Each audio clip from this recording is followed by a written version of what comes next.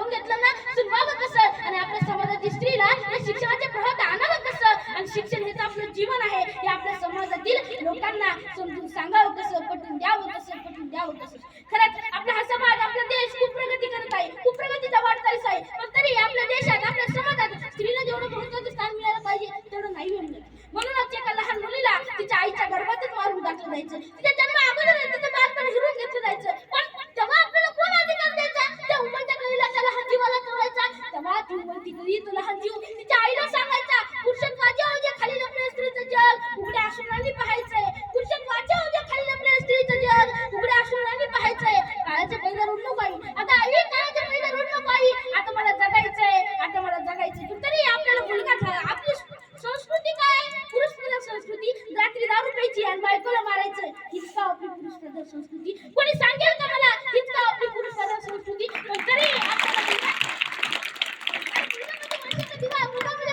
एक गोष्ट लक्षात घ्या कल्लर हे धरती पर तो फूल कहाँ से आएंगे और जब मुली का राजा धरती पर तुमच्या वंश दिवा कुठून आला कुठून मुलं पैदा करणार तो कल्लर हे धरती पर तो फूल कहाँ से आएंगे वंश काट कर तुम अपना वंश कहाँ से बढ़ाओगे वंश काट कर तुम अपना वंश कहाँ से बढ़ाओगे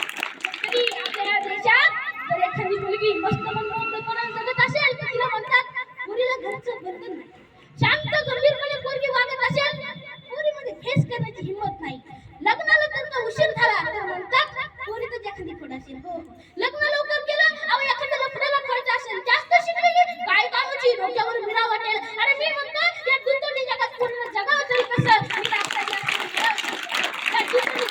पूर्ण जगात झाशीच्या राणीसारखं आणि मला पण झाशीच्या राणीसारखं कारण या माय माऊलीने तुमच्यासाठी इतके अपार कष्ट केलेले आहेत ही गोष्ट तुम्ही सातत्याने लक्षात घ्या आणि या माय माऊलीला साथ देणारे महात्मा ज्योतिबा फुलेंनी तुमच्या आमच्यासाठी नाही तर वामन दादा कळलं पहिले कविता लिहितात अगं मी लय नाही मागत भरग माझं युवराजचं गाडग पाण्याच्या घोटासाठी तळमळतंय माझं बाळ पाणी वाढ ग माय पाणी वाढ पण पूर्वी एकाही सवर्णाच्या बाईला आमच्या मागं मारायच्या बाया रस्त्या पुढे जायच्या त्यांच्या घरोघरी जायच्या आणि म्हणजे पाणी वाढ ग माय पाणी वाढ पण एकाही सवर्णाच्या बाईला आमच्या मागं मागण्याची किंवा आली नाही ती किंवा आली तर कुठे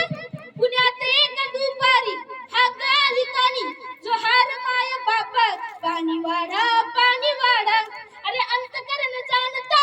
महात्मा आला धावूनी अरे पाजलं त्यानं मांग महाराल पाणी पाजलं त्यानं मांग महाराल पाणी फुले म्हणतात विद्या बिना बुद्धी गेली बुद्धी बिना नीती गेली नीती बिना गती गेली गती बिना वित्त गेली वित्त बिना शूद्र खचले इतके अनर्थ का विद्येने केले देव लागण्याचे जोडे स्वर्गात बनवतो ते एका जातीचा का असतात देव जातीवादी काय आहे जातीवादी आहे का काही लोकांनी स्वतःच्या हितासाठी काल्पनिक देव निर्माण केले व पाखंड घातले अशा